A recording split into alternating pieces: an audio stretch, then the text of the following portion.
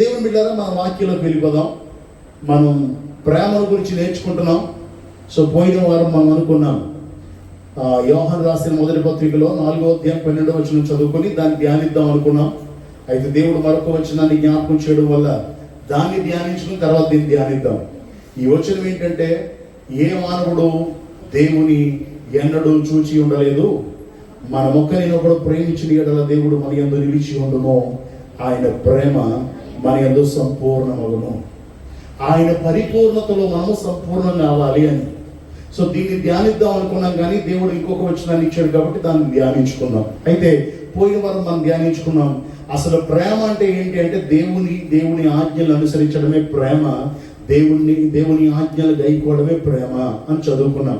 మనం ఆయన ఆజ్ఞలు గైకొనటే దేవుని ప్రేమించుట, ఆయన ఆజ్ఞలు భారమైనవి కావు అని చదువుకున్నాం. అంతేకాకుండా మనం ఆయన ఆజ్ఞలు నడుచుటే ప్రేమ, మీరు మొదటి నుండి విని ప్రకారము ప్రేమలో నడుచుటయే అనున్నదియే ఆజ్ఞ. అంటే ఆ ఆజ్ఞయే ప్రేమించమని, ఆ ఆజ్ఞ ప్రకారం నడవడమే ప్రేమ అని దేవుడు చెప్తున్నాడు. దేవుడికి స్తోత్రం, హల్లెలూయా. ఇలా మనం నేర్చుకుంటూ దేవుడు మనల్ని ప్రేమించాడు. ఎలా అంటే తన ప్రాణం పెట్టినంతగా ప్రేమించాడు. మనం కూడా మన సహోదరులని ప్రాణం పెట్టినంతగా ప్రేమించాలి అని చెప్తున్నాడు. దేవుడికి స్తోత్రం. ఇలా ప్రేమ గురించి దేవుడు చాలా విషయాలు మనకు తెలియచేసి, యోహాను రాసిన మొదటి పత్రికలో 3వ అధ్యాయం 14వ వచనాన్ని చదివి తర్వాత 12 చదివి మనం వదిలేసాం. 14వ వచనం చివరిగా మనం చదువుకున్నాం, మనము సహోదరుని ప్రేమించుచున్నాము గనుక మరణములో నుండి జీవములోనికి దాటి ఉన్నామని ఎరుగుదుము. ప్రేమ లేని వాడు మరణమందు నిలిచి ఉండును. ప్రేమ గురించి మాట్లాడుతూ దేవుడు ఈ వచనాన్ని పోయిన వారం చివరిగా చదువుకున్నాం. మనము సహోదరుని ప్రేమించుచున్నాము గనుక అంటే, మనము మన సహోదరులని మన పొరుగు వారిని ప్రేమించుట యందు మనం ఏం చేస్తున్నామంటే, మరణములో నుంచి జీవములోనికి దాటి ఉన్నాము అని అర్థం. అంటే క్రైస్తవులందరి యొక్క నిరీక్షణ పరలోకానికి వెళ్ళాలి అని. సేవకుడు బోధించే బోధ మనకు ఒక రాజ్యం ఉంది, అక్కడికి వెళ్ళిపోవాలి అని. సో ఈ బోధ వినేటువంటి మనం తెలుసుకోవలసిన సత్యం ఏంటంటే, నీ సహోదరుని ప్రేమించకపోతే నువ్వు పరలోకానికి వెళ్ళవు అని. ఎప్పుడైతే నీ సహోదరుని ప్రేమిస్తున్నావో, ప్రేమించడం అంటే దేవుడు కొరింథీయులకు రాసిన మొదటి పత్రికలో 13వ అధ్యాయంలో చూపించిన ప్రేమ ఎప్పుడైతే నువ్వు సహోదరునికి చూపిస్తున్నావో, అప్పుడు నువ్వు మరణములో నుంచి జీవములోనికి వెళ్ళిపోతావు అని అర్థం. దాటిపోతావు జీవములకి, నువ్వు దాటిపోయావు అని అర్థం. అయితే ఎవరిలో అయితే ప్రేమ ఉండదో, ఎవరిలో అయితే ప్రేమ లేని వాడు మరణమందు నిలిచి ఉండును. మరణమందు అంటే ఎక్కడికి వెళ్ళిపోతాడు? నరకానికి వెళ్ళిపోవడానికి సిద్ధంగా ఉన్నాడు. సో కాబట్టి ఒకవేళ ఎంత భక్తి చేసి, ఎంత ప్రార్థన చేసి, ఎంతగా మందిరానికి వచ్చి, ఎంతగా సహకరించి ప్రేమ లేకపోతే, అందుకే భక్తుడు అన్నాడు ప్రేమ లేకపోతే వ్యక్తుడను అని. సో కాబట్టి ప్రేమ ఎంత ప్రాముఖ్యమైందో క్రైస్తవులు అందరూ తెలుసుకోవాలి. మన ప్రేమను కనపరిచే వారిగా ఉండాలని ప్రభు యేసుక్రీస్తు పేరు మనం చేస్తున్నాం. ఇప్పుడు సహోదరుని ప్రేమిస్తే ఎక్కడికి వెళ్ళిపోతున్నాం? జీవంలోనికి వెళ్ళిపోతున్నాం. మరణంలో నుంచి దాటిపోయాం, మీ జీవంలోనికి వెళ్ళిపోయాం. ఎందుకంటే సహోదరునికి మనం ప్రేమిస్తున్నాం. ప్రేమ ఎవరి స్వరూపాన్ని చూపిస్తున్నాం? క్రీస్తు స్వరూపాన్ని. ఇవన్నీ మాట్లాడుకున్నాం. సో కనుక ఇప్పుడు ప్రేమ లేని వారం అయితే ఎక్కడికి వెళ్ళిపోతాం? సేవకుడికి ప్రేమ లేకపోయినా, సేవకుడు ఒక సేవకుడిని ప్రేమించకపోయినా ఎక్కడికి వెళ్ళిపోతాడు? నేనైనా మీకు న్యాయం, నాకు న్యాయం కాదు. నేను ప్రేమ లేని వాడిని అయితే నేను కూడా నరకానికి వెళ్ళిపోతాను. మీకు ప్రేమ లేకపోతే నరకానికి వెళ్ళిపోతారు. ఇప్పుడు ఏం కావాలి మనకి ప్రాముఖ్యంగా?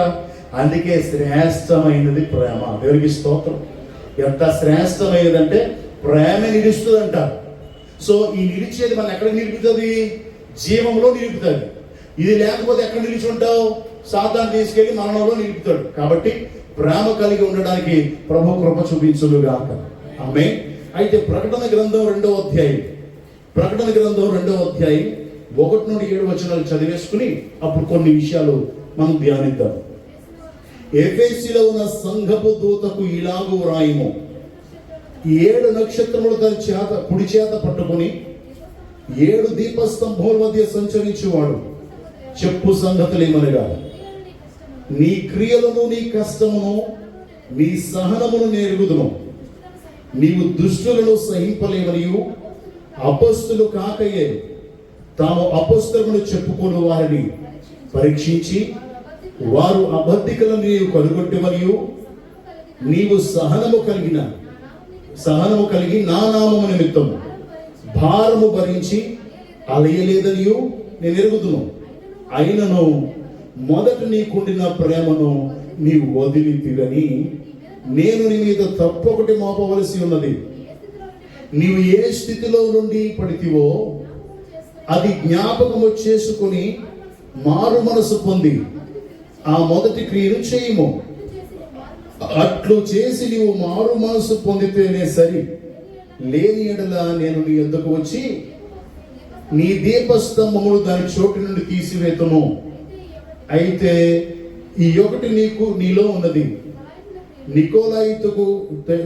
నికోలాయితుల క్రియలను నీవు ద్వేషించుచున్నావు, నేను కూడా వీటిని ద్వేషించుచున్నాను.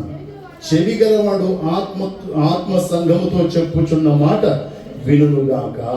దేవునికి స్తోత్రం, హల్లెలూయా. ఇప్పుడు ఎఫెసీలో సంఘానికి రాస్తున్నాడు, పరిశుద్ధాత్మ ద్వారా దేవుడు రాయిస్తున్న మాట. సో ఈ మాట ఇక్కడ రాస్తున్న మాట ఎఫెసీలో ఉన్న సంఘపు దూతకు ఇలాగూ రాయము. దేవుడు రాయిస్తున్న మాట, నీ క్రియలు, నీ కష్టము, నీ సహనము నాకు తెలుసు. నీ క్రియలన్నీ నాకు తెలుసు. నువ్వేం చేస్తున్నావో నాకు తెలుసు. నీ ఎంత కష్టపడుతున్నావో నాకు తెలుసు. నీ సహనము నాకు తెలుసు. అంటే ప్రభు కొరకు పడుతున్న ప్రయాస నాకు తెలుసు. అంటే లోక సంబంధమైన ప్రయాస గురించి మాట్లాడాల సంఘానికి అంటున్నాడు, నీ క్రియలు తెలుసు, ఎంత చక్కగా ప్రవర్తిస్తున్నావో నాకు తెలుసు. అంతేకాదు, నువ్వు ఎంత కష్టపడుతున్నావో పరిచర్య కొరకు, ముందుగా వచ్చి అన్ని సిద్ధపరుస్తున్నావు, ఏ పనైనా పరుగులు పెడుతున్నావు, సహకరిస్తున్నావు, ఎంత కష్టపడుతున్నావో తెలుసు. అంతేకాదు, ఏమి వచ్చినా ఎంత సహించుకుంటున్నావో నీ సహనం కూడా నాకు తెలుసు. దేవునికి స్తోత్రం. నీ ఇట్లో నేరం లేదు, నీ సహనం నాకు తెలుసు. ప్రతి దాన్ని సహించుకుంటున్నావు, ప్రతి దాన్ని భరించుకుంటూ సాగిపోతున్నావు, బాగుంది. నువ్వు దుష్టులను సహింపలేవని నాకు తెలుసు. ఎవడైనా దుష్ట సంబంధి అయి ఉండి దుష్ట కార్యాలకి ఒకవేళ నీ పురుగులిపితే నువ్వు ఒప్పుకోవు, దుష్టునితో సహవాసం చేయు, దుష్ట క్రియలు నువ్వు ఆనందించేవాడు కాదు. నువ్వు దుష్ట క్రియలను సహించలేవు. భక్తిహీనులు నాకు అసహ్యులు అని దావీదు చెప్పినట్టుగా నువ్వు ఈ విషయాలు నువ్వు అసహ్యం, వారంటే నీకు అసహ్యం, కానీ వాటిని సహించలేవు, వాటితో సాంగత్యం చేయలేవు. అపొస్తలులు కాకయే అపొస్తలులు అని చెప్పుకొనొచ్చు. అంటే అపొస్తలులు కాకుండానే మేము అపొస్తలుల బోధలో ఉన్నాము, మేము చెప్పేదే చక్కటి బోధ, మేము చెప్పే యథార్థ బోధ, మేము చెప్పేదే ఆ సత్యం, మిగిలి చెప్పేవారు సత్యం కాదు అని చెప్పేవారు చాలా మంది వచ్చినా నువ్వు వారిని పరీక్షించి వారి అబద్ధికులను కనుగొంటవనియు అంటే అబద్ధ బోధకు పడిపోయే వాడివి కాదు. లోకంలో చాలా అబద్ధ బోధ, తమను తాము హెచ్చించుకునే బోధ, తమను తామును గనపరుచుకునే బోధ, దేవుని బోధన పక్కన పెట్టి దేవుణ్ణి చూపిస్తున్నట్టుగా వారిని గనపరుచుకునే బోధలు చాలా ఉన్నాయి, వారిని హెచ్చించుకునే బోధలు చాలా ఉన్నాయి. ఇలాంటి బోధలు కనిపెట్టేవాడు కూడా. దేవునికి స్తోత్రం. ఇది దైవ బోధ కాదు, ఇది సాతాన బోధని గమనించి, వీడి వేషధారి అని సేవకుడిని గమనించి, ఆ సేవకుడిని గమనించి నువ్వు తప్పుకునేవాడు. దేవునికి స్తోత్రం, హల్లెలూయా. సంఘానికి చెప్తున్నాడు, ఏ సేవకుడు పడితే ఆ సేవకుడు వచ్చేస్తే ఒప్పుకోవు. ఎందుకంటే ఇతని దేవుని బోధ లేదా సాతాను బోధ, అబద్ధమాడుతున్నాడా, అపొస్తలుడని పరిశుద్ధుడని వేషం వేస్తున్నాడా నువ్వు కనుక్కుంటున్నావు. దేవునికి స్తోత్రం.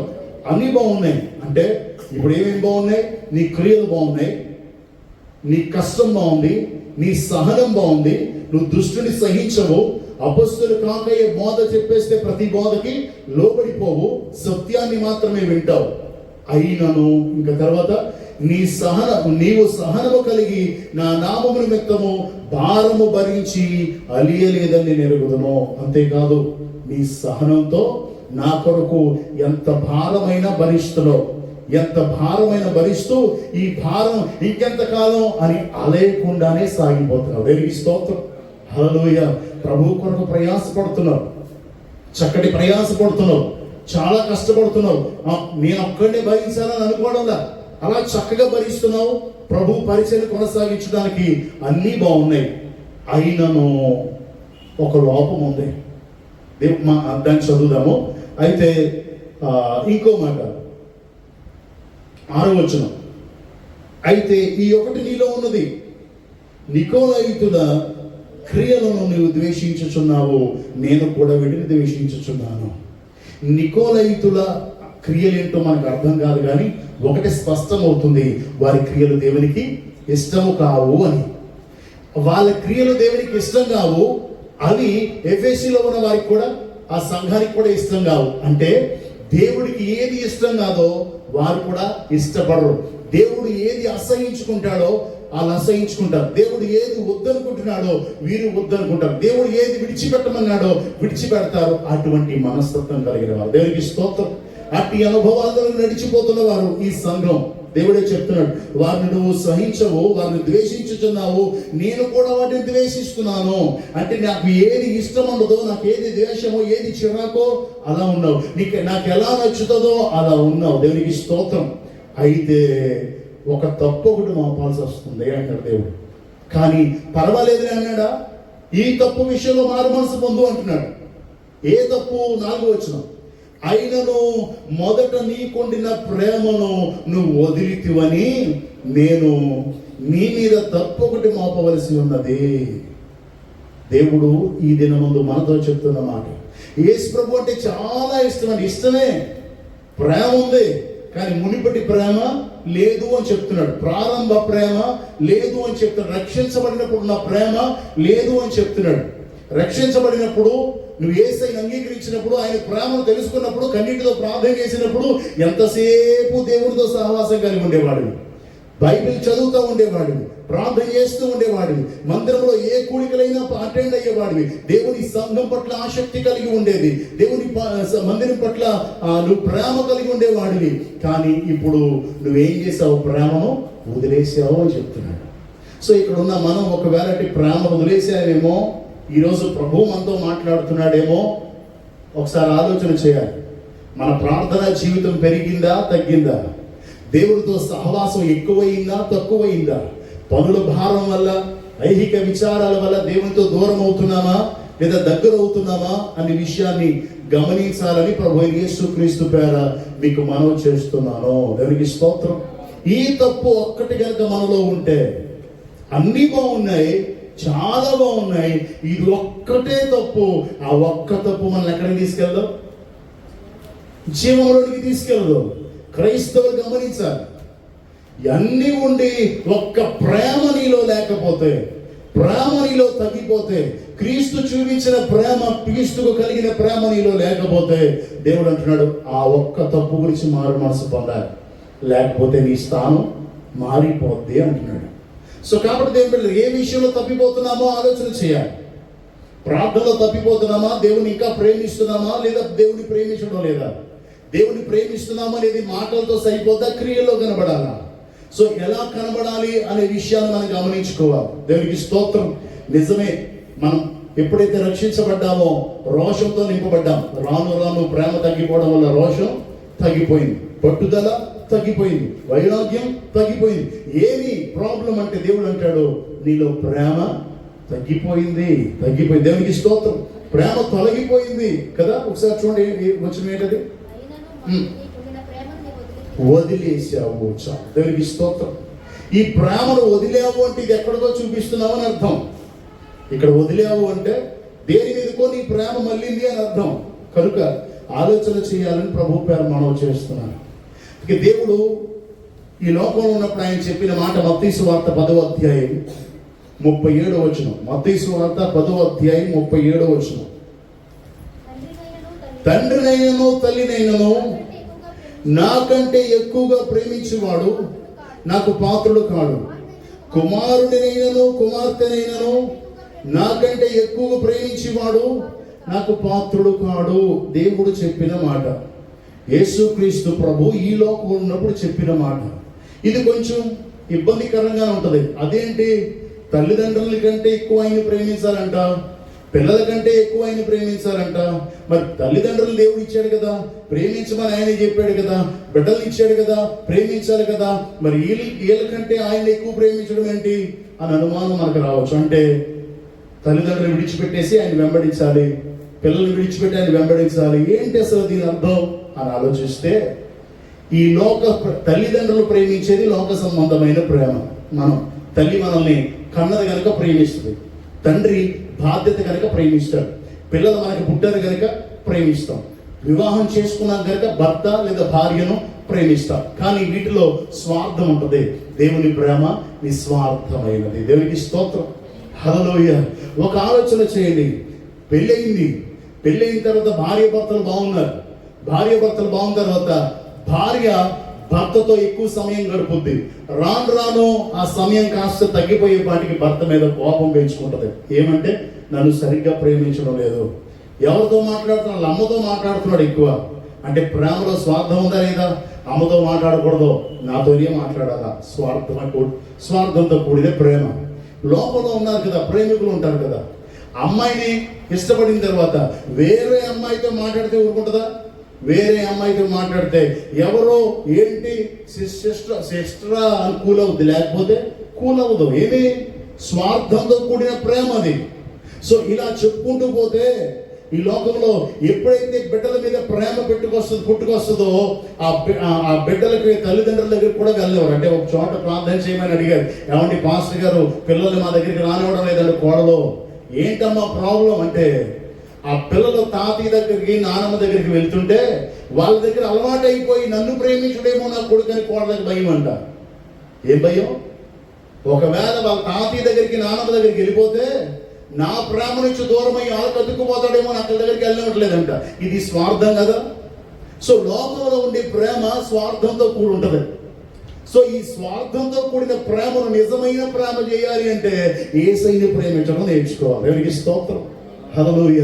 ఎందుకు ఈ మాట రాయబడిందంటే, ఎప్పుడైతే నువ్వు యేసయ్యను ప్రేమిస్తావో, అందరికంటే ముందుగా యేసయ్యను ప్రేమిస్తావో, వీళ్ళందరికంటే ముందు యేసయ్యను ప్రేమించడం నేర్చుకుంటావో, ప్రేమ అంటే ఏంటో దేవుడు నేర్పిస్తాడు. దేవునికి స్తోత్రం. ఎప్పుడైతే దేవునికి ప్రేమ నేర్పిస్తాడో, తల్లిని ఎలా ప్రేమించాలో అర్థమవుతుంది నీకు, తండ్రిని ఎలా ప్రేమించాలో అర్థమవుతుంది నీకు, భార్యను ఎలా ప్రేమించాలో, భర్తను ఎలా ప్రేమించాలో, ఇరుగు పొరుగు వారిని ఎలా ప్రేమించాలో, బిడ్డలను ఎలా ప్రేమించాలో ఈ ప్రేమ తెలుసుకుంటే అర్థమవుతుంది. లేకపోతే స్వార్థంతో కూడా ఉంటుంది. దేవునికి స్తోత్రం, దేవునికి మహిమ కలుగును గాక. అసలు ప్రేమ అంటే ఏంటో నిర్వచనం దేవుడు చెప్పిన తర్వాత అప్పుడు కదా నువ్వు నిస్వార్థమైన ప్రేమను ప్రేమించగలవు. ఆలోచన చేయండి. కాబట్టి ఎందుకు ఈ మాట దేవుడు చెప్పాడంటే, ముందు ఆయనను ప్రేమిస్తే ఆయన ప్రేమ గురించి నీకు వ్యక్తపరుస్తాడు. అసలు ప్రేమ అంటే ఏంటో ఆయన నేర్పిస్తాడు. ఎప్పుడైతే ఆయన ప్రేమించావో, ఆయన ప్రేమను నేర్పించాడో, అప్పుడు ఆ ప్రేమను నిస్వార్థంగా పంచగలుగుతావు. దేవునికి స్తోత్రం, హల్లెలూయ. దేవుని నామానికి మహిమ కలుగును గాక. నాలోనే క్రీస్తు ప్రేమ లేకపోతే స్వార్థంతో ప్రేమిస్తాను, స్వార్థంతో మాట్లాడతాను కదా. ఇప్పుడు కోడలు వచ్చిన తర్వాత అత్తగారితో మాట్లాడి ఉండాలి. అత్తగారు అంటది, ఏమండి మా కోడలు సెంగి కట్టేసుకుందండి, ఇక నా మాట ఎంటలేదండి మా ఊడు అంటే, నువ్వు చిన్నప్పటి నుంచి వాడికి క్రీస్తు ప్రేమను పరిచయం చేయలేదు. ఏమి? నీకే క్రీస్తు ప్రేమ తెలియదు కదా. ఇప్పుడు వాడు అలాగే ఉంటాడు. మరి అదే చిన్నప్పటి నుంచి నువ్వు క్రీస్తు ప్రేమను కలిగి నువ్వు అబ్బాయికి క్రీస్తు ప్రేమ నేర్పితే, భార్యను ప్రేమించేలా భార్యను, తల్లిని ప్రేమించేలా తల్లిని ప్రేమిస్తాడు కదా, తండ్రిని ప్రేమించేలా ప్రేమిస్తాడు కదా. ఆ ప్రేమ అంటే ఏంటో అర్థమవుతుంది కదా. తన యేసయ్య తల్లిదండ్రుని ఎలా ప్రేమించాడో అర్థమవుతుంది కదా. దేవునికి స్తోత్రం, హల్లెలూయ. దేవుని నామానికి మహిమ కలుగును గాక. దేవుడు అందుకే ఈ ప్రేమ తగ్గిపోయింది. మనకి దేవుని మీద ప్రేమ తగ్గి పిల్లల మీద ప్రేమ పెరుగుద్ది, భర్త మీద ప్రేమ పెరుగుద్ది, ఆస్తుల మీద ప్రేమ పెరుగుద్ది, అన్నిటి మీద ప్రేమ పెరిగేపటికి దేవుని తగ్గిపోద్ది, దేవుని మీద తగ్గిపోద్ది. అదే దేవుడు చెప్పేది. ఇప్పుడు నీ ప్రేమ తగ్గిపోయింది, నీ ప్రేమ నుంచి తొలగిపోయావు. ఇప్పుడు ప్రేమ అంటే ఏంటో నేర్చుకుంటే కదా నీ ప్రేమను పంచిపెట్టే. దేవునికి స్తోత్రం. ఇరుగు పొరుగు వారికి పట్టలేదు, నీకేం తెలీదు, క్రీస్తు ప్రేమ తెలీదు. అమ్మ నాన్న అంటే అసహ్యం, క్రీస్తు ప్రేమ తెలియదు. నాన్నమ్మను చూడవు, అమ్మమ్మను చూడవు, తాతయ్యను చూడవు, క్రీస్తు ప్రేమ తెలియదు. క్రీస్తు ప్రేమ తెలిస్తే చూడకుండా ఉండలేవు, ప్రేమను పంచకుండా ఉండలేవు. అది అందుకు దేవుడు చెప్తున్నాడు, ముందు నువ్వు నాకు పాత్రుడు అవ్వాలి. అంటే ఎవరిని ప్రేమించాలా?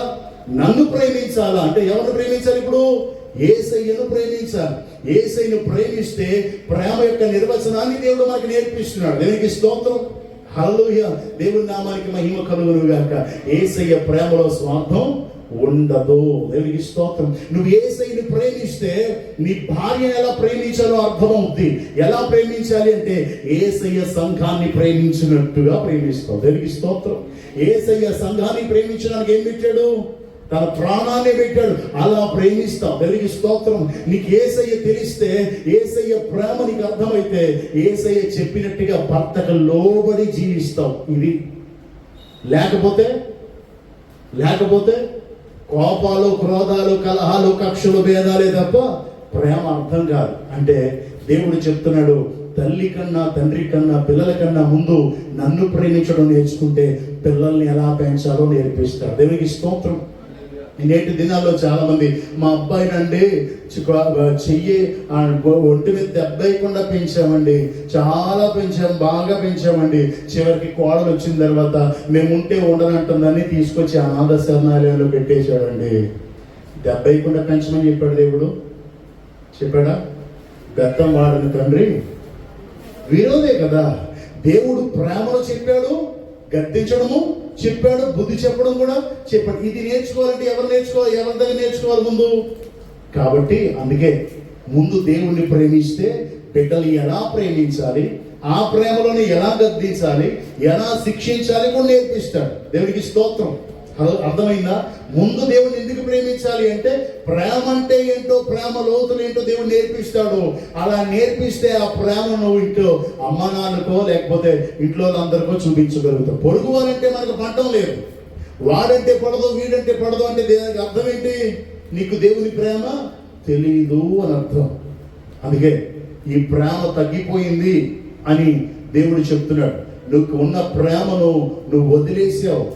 దేవుడు నీకు ఇచ్చిన ప్రేమను నువ్వు వదిలేసావు అంటే ప్రేమ లేనివాడు అయిపోయావు. ప్రేమ లేనివాడు ఆయన వాడు సంఘం, ఆయన వాడు కాకుండా అయిపోతుంటే దేవుడు చెప్తున్నాడు, ఇదిగో సంఘమా, నువ్వు ఇప్పటికైనా మారు మనసు పొంది ప్రేమను నేర్చుకో. దేవునికి స్తోత్రం.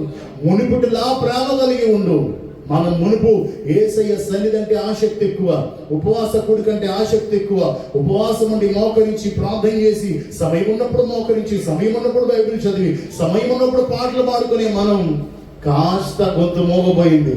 ప్రార్థన సమయం తగ్గిపోయింది, బైబిల్ ధ్యానించే సమయం తగ్గిపోయింది. ఇప్పుడు దీన్ని ప్రేమ తగ్గిపోవడం అనాలా, తగ్గిపోలేదనాలా? తగ్గిపోయింది. అదే దేవుడు చెప్పాడు. తగ్గిపోతే పరిస్థితిని బట్టి, ఏ పరిస్థితి అయినా తగ్గిపోయిందంటే ఏం పోయినట్టు? ఈ తగ్గిపోతే ఏం పోగొట్టుకున్నట్టు? ప్రేమను పోగొట్టుకున్నావు, ప్రేమను విడిచిపెట్టావు అని చెప్తుంది వాక్యం. నువ్వు ప్రేమను వదిలిపెట్టావు అని చెప్తుంది. కనుక మునుపు ఉన్న ప్రేమను మనం కలిగి ఉండాలి. దేవునికి స్తోత్రం. హల్లెలూయా. మళ్ళీ చెప్తున్నాను, ఇప్పుడు మనం ముందు ఎవరిని ప్రేమించాలా? మన కొరకు రక్తం పెట్టిన, మన కొరకు ప్రాణం పెట్టిన మన రక్షకుడు, విమోచకుడని యేసయ్యను ప్రేమించడం నేర్చుకుంటే సంఘాన్ని ఎలా, మన ఒకరినొకరు సహోదరుని ఎలా ప్రేమించాలో నేర్పిస్తాడు. సమాజాన్ని ఎలా ప్రేమించాలో నేర్పిస్తాడు. అంటే మనలో నుంచి తన ప్రేమను వెల్లడిపరుచుకుంటాడు. దేవుడికి స్తోత్రం. అంటే ఇప్పుడు సంఘానికి ఏముండాలి? సంఘానికి ఏముండాలి? ప్రేమ త్వరగా కోపపడదు, ప్రేమ ఓర్పు కలిగి ఉంటుంది, సహనం కలిగి ఉంటుంది, కీడును మనసులో ఉంచుకోదు. ఇవన్నీ ఇప్పుడు ఎవరిలో ఉండాలి? సంఘమైన మనందరిలో ఉండాలి. దేవునికి స్తోత్రం. ఎప్పుడైతే అలా ఉంటామో ఎదుటి వారికి క్రీస్తును ప్రత్యక్షపరచగలుగుతామో. సో ఇది లేకుండా ఒక మాట చెప్పండి, సరిగ్గా ఈరోజు ఆదివారం ఆరాధనకు రాకుండా యేసుబాబు అంటే చాలా ఇష్టమైన పనికి వెళ్ళిపోయావు అనుకో, ప్రేమ పెరిగినట్ట తగ్గినట్ట? అమ్మా, ప్రేమ దేని మీదకి వెళ్ళినట్టు? డబ్బు మీదకి వెళ్ళినట్టు. దేవుడు ఏది ఉంటున్నాడో దాని మీదకి వెళ్ళినట్టు. ఈరోజు ఫంక్షన్కి వెళ్ళిపోయాను, ప్రేమ దేని మీద ఉన్నట్టు? ఈరోజు పుట్టినరోజు లేదా పిక్నిక్కి వెళ్ళిపోయాను, దేని మీద ఉన్నట్టు? దేని మీద ఉన్నట్టు? పిక్నిక్ల మీద ఉన్నట్టు. నీ ప్రేమ దేవుని మీద లేనట్టు, దేవుని మీద నుంచి తొలగిపోయినట్టు, నీకున్న ప్రేమను వదిలిపెట్టినట్టు కదా. ముందేమో చర్చికి పట్టుదల ఉంటాం, రవా ఒక్క వారమే కదా అంటాం. ఒక్క వారం కాస్త 3 వారాలు అయింది, ఆ ప్రార్థన కాస్త గంటది కాస్త 5 నిమిషాలకు వచ్చేస్తుంది. మనం మళ్ళీ కోల్పోయిన స్థితిలో ఉంటాం. దేవుణ్ణి ప్రేమిస్తే ఎక్కువ సమయాన్ని దేవునితో గడుపుతాం. ఈ లోకంలో ఉన్న ప్రేమ స్వార్థంతో కూడింది. ఇందాక చెప్పాం, మన బిడ్డలను ప్రేమించినట్టుగా బయట బిడ్డల్ని ప్రేమించలేదు. భార్య భర్తను ప్రేమిస్తుంది, వేరే వారిని ప్రేమించలేదు. సో భర్త కూడా నాకంటే ఎక్కువ వాళ్ళని మాట్లాడుతున్నాం, వీళ్ళకి చూస్తున్నాం, వాళ్ళకి చూస్తున్నాం అంటాడంటే నీ ప్రేమ నాకే సొంతం అని. కానీ యేసయ్య దగ్గరికి వస్తే ప్రేమను నేర్పించి అందరినీ ప్రేమించే మనసుని ఇస్తాడు. దేవునికి స్తోత్రం. క్రీస్తువు కలిగిన ఆ మనసు ఎప్పుడైతే మనం కలిగి ఉంటామో అందరినీ ప్రేమించగలుగుతామో. దేవునికి స్తోత్రం. హల్లెలూయా. దేవుని నామానికి మహిమ కలుగునుగా. ఒకవేళ ప్రేమ లేకపోతే, అందుకే 13వ అధ్యాయం ప్రారంభ 3 వచనాల్లో అపోస్తలుడైన పౌలు అన్నాడు కదా, నేను దేవదూతల భాష మనుషుల భాష మాట్లాడి ఒకవేళ ప్రేమ లేని వాడిని అయితే మ్రోగిడి కొంచెం లాంటి వాడిని అన్నాడు. కొండలు పెకలించగలిగినటువంటి విశ్వాసం కలిగి ఉండి, ప్రార్థన శక్తి కలిగి ఉండి, దేవుని జ్ఞానం కలిగి వాక్యం చెప్పగలిగేటువంటి స్థితిలో ఉన్నా, వాక్యం చెప్పగలిగే స్థితిలో ఉన్నా ప్రేమ లేకపోతే, ఒకసారి చదువుదామా? కొరింథీయులకు రాసిన మొదటి పత్రిక 13వ అధ్యాయం 1-3 వచనాలు చదువుదాం. మనుషుల భాషలోను దేవదూతల భాషతోనూ నేను మాట్లాడినను ప్రేమ లేని వాడినైతే మ్రోగిడు కొంచెం గనగనరాడు తాళమునై ఉన్నాను. ప్రవచించు కృపావరము కలిగి మర్మములన్నీయు జ్ఞానమంతా ఎరిగిన వాడనైనను, కొండలు పెకలింపగలిగిన పరిపూర్ణ విశ్వాసము గలవాడనైనను ప్రేమ లేని వాడనైతే వ్యర్థుడను. పేదల కొరకు నా ఆస్తిని కాల్చబడుటకు శరీరం అప్పగించినను ప్రేమ లేని వాడైతే నాకు ప్రయోజనం ఏమీ లేదు. అంటే ఇప్పుడు ఎఫెసీలో ఉన్న సంఘం టైపే ఆయన అంటున్నాడు. ఏంటంటే భాషలు, అన్య భాషలు మాట్లాడేసిన ప్రేమ లేకపోతే ఉపయోగం లేదు. కృపావరం కలిగి ఉండి, అలాగే కొండలు పెకలించగలిగిన విశ్వాసం ఉండి, మర్మములను తెలుసుకోగలిగిన జ్ఞానం ఉన్న, వాక్యం దీని యొక్క మర్మం ఇది అని తెలుసుకొని ఉపదేశించే స్థితి ఉన్నా, అంటే బోధించేసిన ప్రేమ లేకపోతే వ్యర్థుడను వేస్ట్ అని అర్థం. నా భక్తి అంతా వేస్ట్. ఆ పేదల కొరకు నా ఆస్తి అంతా ఇచ్చేసిన, నన్ను నేను అప్పగించేసుకున్నా, ప్రేమ లేకపోతే నిష్ప్రయోజనము. అంటే అలాంటి నా స్థితి, అంటే పేదలకి నా కొరకు, అంటే దానికి ఏంటంటే క్రీస్తు ప్రేమను ఎరిగి కాదు, నన్ను నేను హెచ్చించుకోవడానికి ఇవ్వడం అనమాట. సో ఇలా క్రీస్తు ప్రేమను ఎరగకుండా క్రీస్తు ప్రేమను విడిచిపెట్టి ఇవన్నీ చేసిన వ్యర్థులం అయిపోతాం. కనుకే ఆ చివరిలో ప్రేమ శ్రేష్టమైంది అని రాసుకున్నాం. దేవునికి స్తోత్రం. హల్లెలూయా. చివరి వచనంలో దానిలో ఉంటుంది. కనుక ఇది ప్రియమైన దేవుని బిడ్డలారా గమనించాలి. ఒకసారి యేసయ్య దగ్గరికి అందరూ వచ్చి ఆయన శోధించదలిచినప్పుడు మత్తయి సువార్త 22వ అధ్యాయంలో 37-40 చూస్తే యేసుక్రీస్తు చెప్పిన సమాధానం, వారు ఏది ప్రాముఖ్యమైన ఆజ్ఞ అని అడిగినప్పుడు ఆయన చెప్తున్నాడు. అందుకు ఆయన, నీ పూర్ణ హృదయముతోనూ, నీ పూర్ణ ఆత్మతోనూ, నీ పూర్ణ మనసుతోనూ నీ దేవుడైన ప్రభువును ప్రేమింపవలననిదే. ఇది ముఖ్యమైనది, మొదటిదైన ఆజ్ఞ. నిన్ను వలె నీ పొరుగు వారిని ప్రేమింపవలనని రెండవ ఆజ్ఞ దాని వంటిదే. ఈ రెండు ఆజ్ఞలో దేవునికి స్తోత్రం ఆయనతో చెప్పాను. దేవునికి స్తోత్రం. దేవుడు ఇక్కడ కూడా వారితో మాట్లాడుతూ, వారు అడిగినప్పుడు దేవుడు చెప్పిన సమాధానం, మొట్టమొదటి ఆజ్ఞ ఏంటి అంటే, ఆయన నీ పూర్ణ హృదయముతో, నీ పూర్ణ ఆత్మతో, నీ పూర్ణ మనసుతో నీ దేవుడైన ప్రభువుని ప్రేమించాలా. దేవునికి స్తోత్రం. నువ్వు ప్రేమించేది నీ దేవుణ్ణి పూర్ణ హృదయముతో, పూర్ణ ఆత్మ, పూర్ణ మనస్సుతో నీ ప్రభువుని ప్రేమించాలా. ప్రేమించడం అంటే ఆయన మాట వినడం, ఆయన ఆజ్ఞలను గైకోవడం. మొదటిది ఇది. ఎప్పుడైతే అది నేర్చుకుంటావో రెండోది పొరుగు వారిని ప్రేమించగలుగుతావు. నిన్ను వలె నీ పొరుగు వారిని ప్రేమించు. నన్ను ప్రేమించావు, ప్రేమ అంటే నీకు అర్థమైంది, పరిపూర్ణంగా ఎలా ప్రేమించాలో నీకు అర్థమవుతుంది. రెండోది ఎదుటి వారిని కూడా ప్రేమించు. దేవునికి స్తోత్రం. రెండవ ఆజ్ఞ కూడా ప్రేమించమనే ఉంది. మొదటి ప్రేమ తెలియకుండా రెండో ప్రేమ చూపగలమా? ఇప్పుడు మొదటి ప్రేమే లోపిస్తే, మొదటి ప్రేమ కదా ఇప్పుడు నీకు తక్కువైంది, మొదటిది నువ్వు లోపించింది. అందరిని ప్రేమిస్తున్నావు, అందరి బాగుంది, కానీ మొదటిదే లోపిస్తే ప్రేమ గురించి తెలియదు కదా. యేసయ్యని ప్రేమించకపోతే ప్రేమ గురించే, ప్రేమకు ప్రతిరూపమే, ప్రేమకు నిదర్శనమే ప్రేమామయుడైన మన యేసయ్య అని చెప్పుకుంటున్నాం కదా. ఆయన గురించి తెలియకుండా ఎంత ప్రేమ చూపించినా అది శాశ్వతమైన ప్రేమ కాదు అనే విషయాన్ని గమనించాలని ప్రభు యేసుక్రీస్తు పేర మీకు మనవి చేస్తూ ఉన్నాను. దేవునికి స్తోత్రం. హల్లెలూయా. ప్రభు నామానికి మహిమ కలుగును గాక. మొదటి ఆజ్ఞ దేవుని ప్రేమించడం. మళ్ళీ చెప్తున్నాను, ప్రేమించడం అంటే ఆయన మాట వినడమే కదా. ఇందాక చదివాం కదా, ఆయన ఆజ్ఞ అనుసరించడమే ప్రేమించడం. ప్రేమించడం ఆయన ఆజ్ఞ అనుసరించడం. సో కాబట్టి ఆయనను ప్రేమిస్తున్న క్రైస్తవులు ఆయన మాట వినేవారిగా ఉండాలి. అంటే ఆయన మాటలో కూడా ఏమన్నాడు? తల్లిదండ్రులను సన్మానించాలి అన్నాడు, భార్యను ప్రేమించాలి అన్నాడు, భర్తకు లోబడాలి అన్నాడు, బిడ్డలను ప్రేమించాలి అన్నాడు, తల్లిదండ్రుల్ని ఇవన్నీ దేవుడే చెప్పాడు. ఆయనని ప్రేమిస్తే ఇవన్నీ ఆయన మనకు నేర్పిస్తాడు. కనుక అందుకే ముందు ఆయనను ప్రేమించడం నేర్చుకోవాలా. మిగిలిన ప్రేమ ఏంటంటే ఆయన చూపిస్తాడు. దేవునికి స్తోత్రం. ఆ తర్వాత మనలో ఉన్న ప్రేమను బట్టి ఇంత ప్రేమ అనుకుంటారు. ఇలాంటి ప్రేమ, ఇలాంటి నిస్వార్థమైన ప్రేమ అనుకోవాలి. దేవునికి స్తోత్రం. హల్లెలూయా. అది ఎఫెసీయులకు రాసిన పత్రికలోనే 3వ అధ్యాయం, ఎఫెసీయులకు రాసిన పత్రిక 3వ అధ్యాయం 13 నుంచి 19 వరకు చదువుదామండి. కాబట్టి మీ నిమిత్తమై నాకు వచ్చిన శ్రమలను చూచి మీరు అధైర్యపడవద్దని వేడుకొనుచున్నాను. ఇవి మీకు మహిమకరములై ఉన్నవి.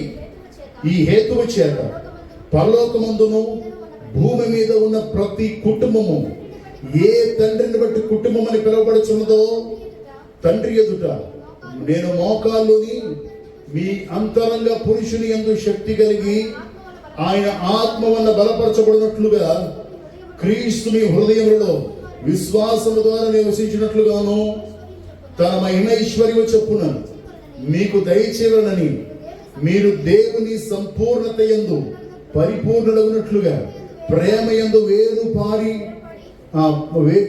పారి స్థిరపడి సమస్త పరిశుద్ధతతో కూడిన దాని వెడల్పు, పొడవు, లోతు, ఎత్తు ఎంతో గ్రహించుకొనుటకు జ్ఞానమునకు మించిన క్రీస్తు ప్రేమను తెలుసుకొనుటకు తగిన శక్తి గల వారు కావాలని ప్రార్థించుచున్నాను. దేవునికి స్తోత్రం. హల్లెలూయా. అపోస్తలుడైన పౌలు శ్రమ పడుతున్నాడంట. శ్రమ పడుతుంటే వాళ్ళు బాధపడుతుంటే మీరు ఏం అభ్యంతరపడకండి, అధైర్యపడకండి. ఈ శ్రమలు మన మహిమకరం కొరకే. దేవునికి స్తోత్రం. మహిమకరంగా ఉంటాయి. అయితే ఈ హేతువును బట్టి ఎవరిని బట్టి మనం కుటుంబం అనబడుతున్నామో, ఎవరిని బట్టి మనం ఉన్నామో ఆ దేవునికి మోకాల్లోని ప్రార్థిస్తున్నాను. ఎవరు ప్రార్థిస్తున్నారు? అపోస్తలుడైన పౌలు ప్రార్థిస్తున్నాడు. ప్రార్థిస్తూ ఆయన చెప్తున్నటువంటి మాట, నేను ప్రార్థిస్తున్నాను మీరు అంతరంగ పురుషుని యందు శక్తి కలిగి ఆయన ఆత్మ వలన బలపరచబడాలని, మీరు ఆత్మలో బలపరచబడాలని ప్రార్థన చేస్తున్నాను.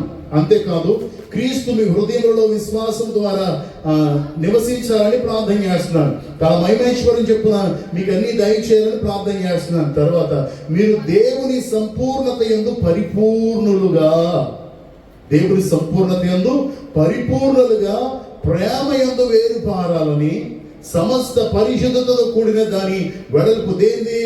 ప్రేమ యొక్క వెడల్పు, పొడవు, లోతు, ఎత్తు మీరు గ్రహించి జ్ఞానముకు మించిన క్రీస్తు ప్రేమ తెలుసుకోవాలని ప్రార్థిస్తున్నాను. తెలుసుకోవడానికి శక్తి గల వారై ఉండాలని ప్రార్థిస్తున్నాను అంటున్నాడు. దేవునికి స్తోత్రం. ఇప్పుడు వారికి ఏం లోపిస్తే ప్రార్థిస్తాం?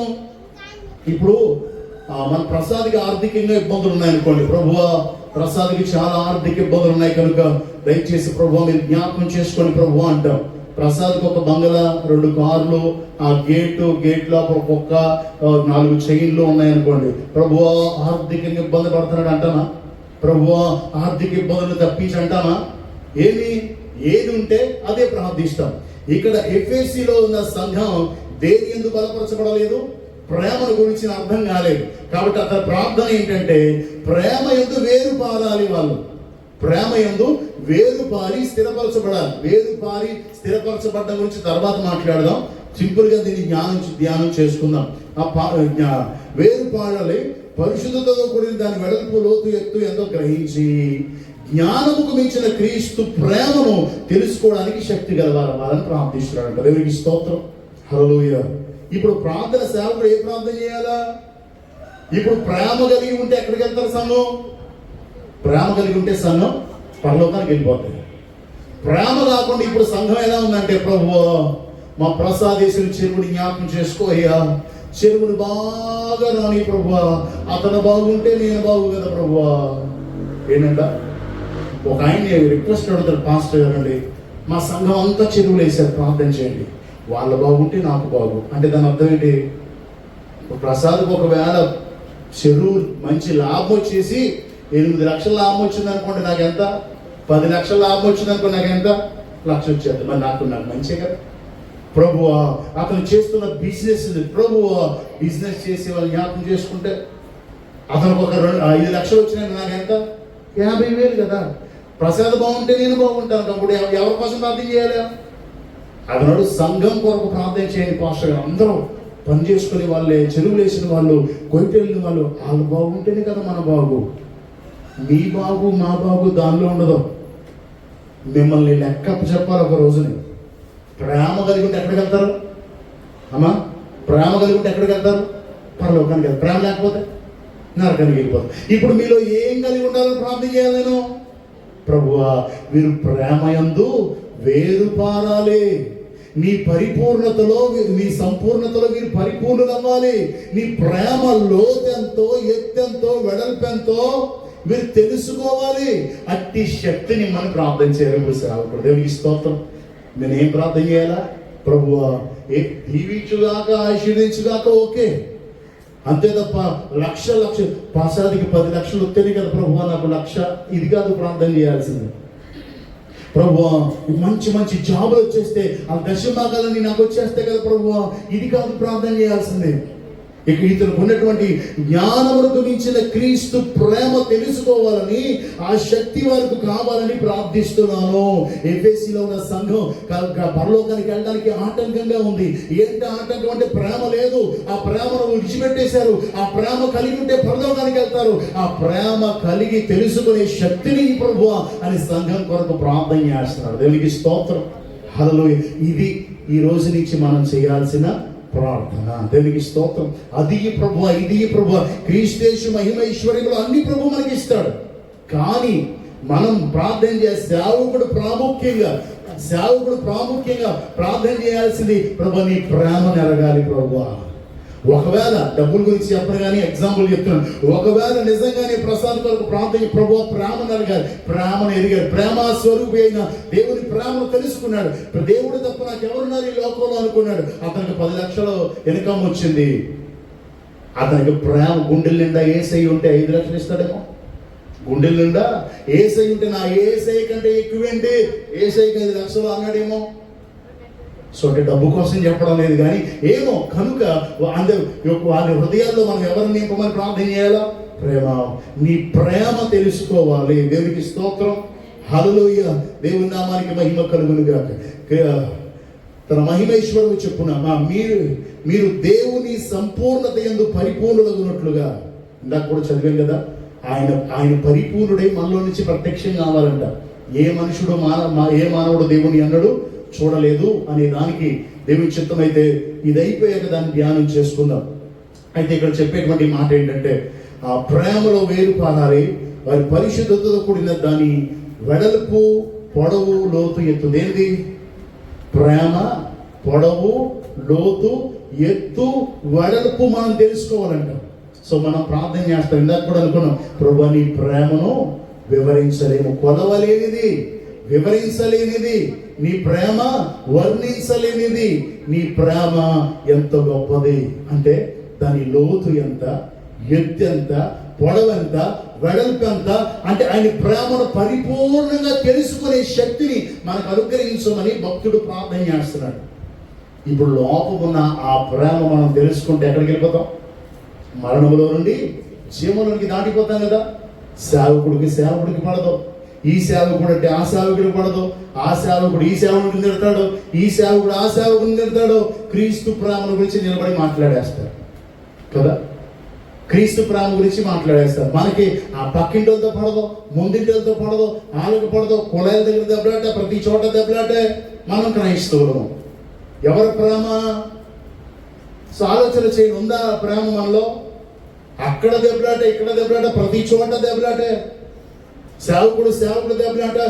నన్ను ఏమని కేకేసావు అంటున్నాడు ఒక ఆయన. ఏమని కేకేసారు? బిషప్ అనాలి. చిన్న మాట చెప్పనా, ఈ లోకంలో దేని కొరకు ప్రయాసపడతావో అదంతా వ్యర్థం. బిషప్ కూడా రాదు, రెవరెండ్ కూడా రాదు, ఇంకేమి ఉంటాయి కదా, అపోస్తులు ఏవి కూడా రావు. మనమే వెళ్తాం. దేవునికి స్తోత్రం, హల్లెలూయా. కూడా రానివి దాని కొరకు ప్రయాసపడితే గాలికి ప్రయాసపడినట్టే. సో ఇవన్నీ ఆలోచన చేస్తే వారికి ఏం లేదనుకోవాలా?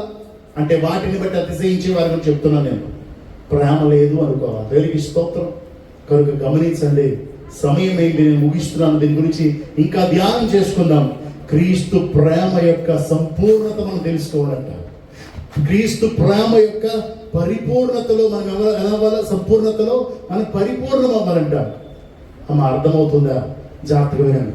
క్రీస్తు ప్రేమ యొక్క సంపూర్ణతలో మనం కూడా పరిపూర్ణం అవ్వాలంట. దేవునికి స్తోత్రం.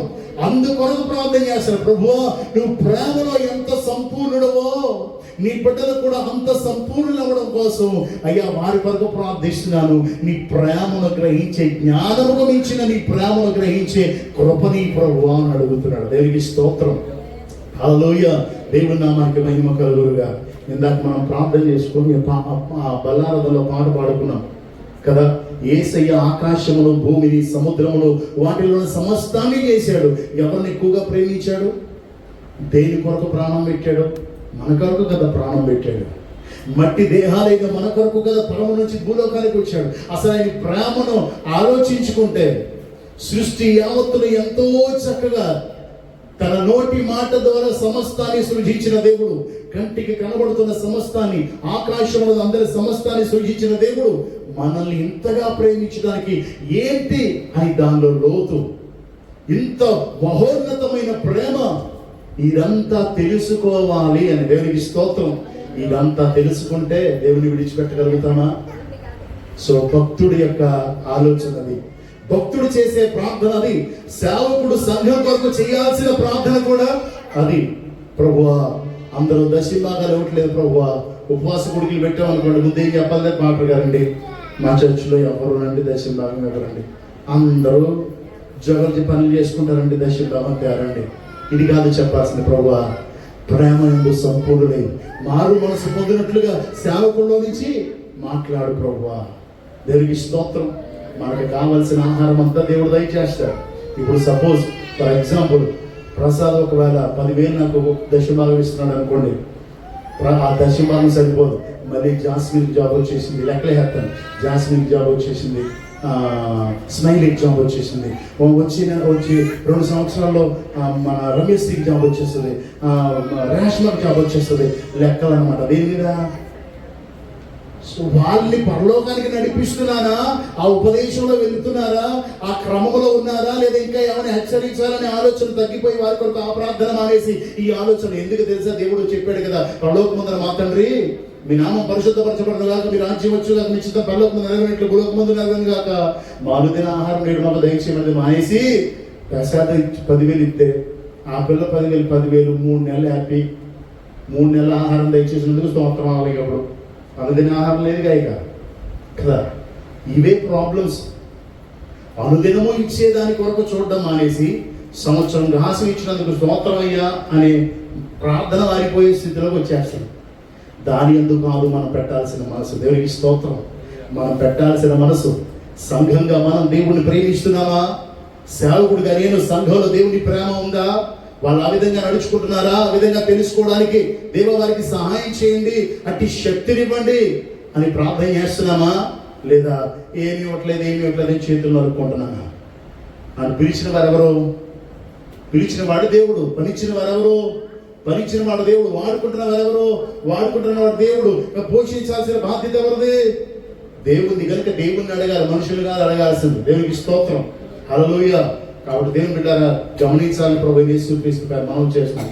ఇక నుంచి మనం తెలుసుకోవాల్సింది ఏంటో తెలుసా?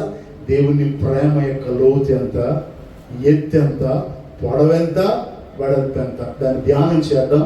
అయితే దేవుని బిడ్డారా అంటే దీని గురించి దాన్ని ఎప్పుడైనా ధ్యానం చేద్దాం. వేరు పాడడం గురించి దీని గురించి తర్వాత ధ్యానం చేద్దాం. అయితే మనం ముందుకు వెళ్ళిపోదాం.